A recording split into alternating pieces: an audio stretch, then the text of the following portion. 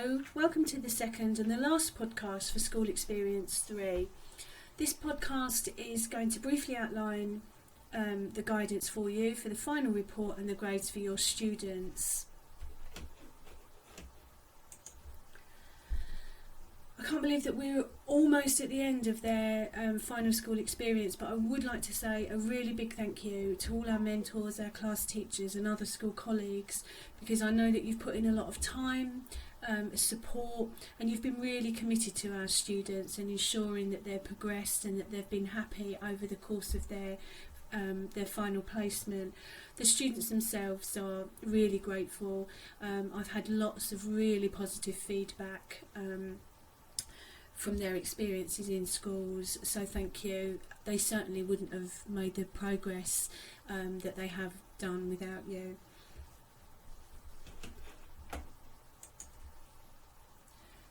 So this week you will have been considering your students' final grades and no doubt have been preparing the report, or will be doing so over the next day or so. Please refer to page 8 of the Teaching Standards Handbook for full guidance, but I'm going to summarise that guidance for you during this podcast. I've attached an electronic copy of the end of school report form to the email for the weekly communication bulletin, but all the forms and other documentation can be found on our School Experience Moodle page, and your student will be able to help you with that if you need to visit that site.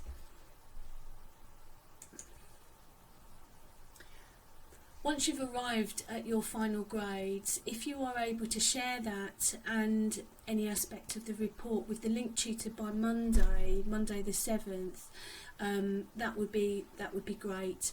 That's to enable us to help moderate the grades, but to also help you if you have any borderline grades that you're not sure of or would like to talk through.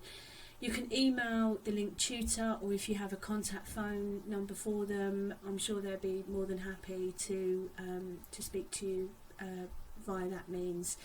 If not, please don't hesitate to contact me. My email address is at the end of the podcast, and I'm happily go through any of the grading or answer any questions that you might have. Once you've had that conversation with the link tutor and you're happy with the final grades, then these need to be shared along with the final report with your student.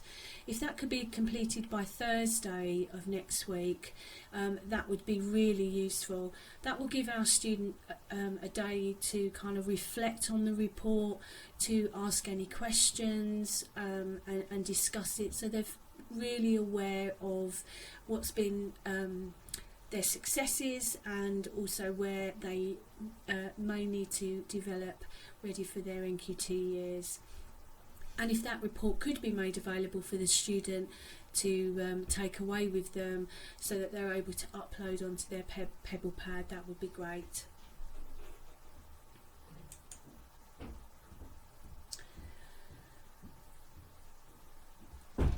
Your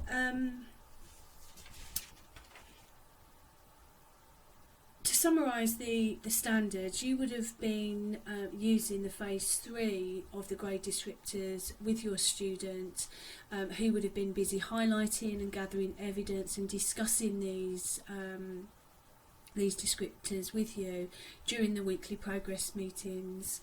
And it will be these highlighted grade descriptors and the evidence bundles that's going to inform your overall final grades for the student.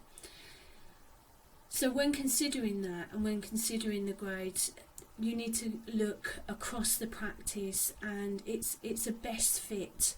The final grades will arrive from those highlighted grade descriptors, and the highlighting of those grades will have come from different evidence, different contexts, etc. There won't be anything that will be a final grade made on one particular observation or one particular context.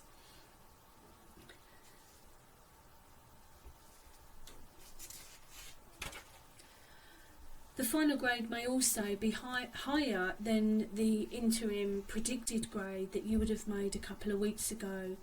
So if the students made more progress than expected, then that's absolutely fine. We often find at in the last couple of weeks, students really kind of find their feet, they gain confidence, and the progress kind of takes on speed. So please don't be afraid to move from the predicted grade if that's appropriate. Again, the link tutor or myself will be happy to go through that with you. So let me explain how you're to arrive at the overall grade based on the 8 teaching standards in the book. For a student to be graded an overall 1, they need to have a minimum of 5 of the standards graded at 1, 2. They, for the other standards, so for the 3 other standards, they can be graded at 2. They also need to be consistently high for part 2 of the teaching standards. They can also be graded an overall 1 if they have 4 of the standards graded an overall 1, and the other standards are a 2, but they have some aspects of those standards that have been highlighted as outstanding, so that's absolutely fine too. There shouldn't be any 3s or 4s for any of the standards if they are to achieve an overall 1. For an overall 2, so that's consistently good, they need to be graded, 5 of the standards need to be graded 2 overall.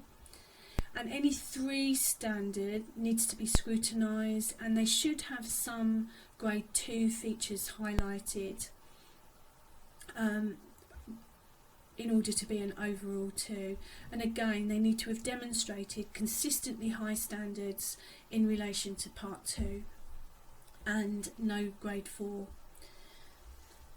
For an overall requires improvement, which is still a pass and absolutely fine, students need to have most of the standards graded at 3.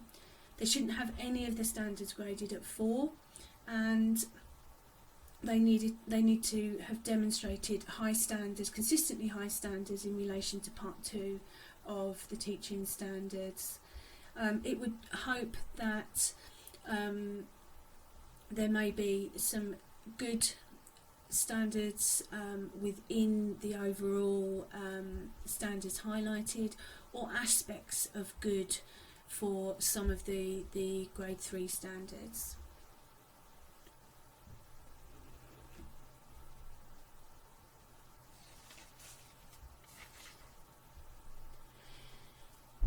If you do have any more questions, most of the answers can be found in our guidance handbook or on our school experience page, but please don't hesitate to email either the link tutor or myself at my email address, and I'll endeavour to get back to you as soon as I can. That just leaves me to say a really big thank you once again. I do hope that we'll be working with you again in the future, and you'll be able to mentor our up and coming students. It's been a pleasure working with you. Thank you.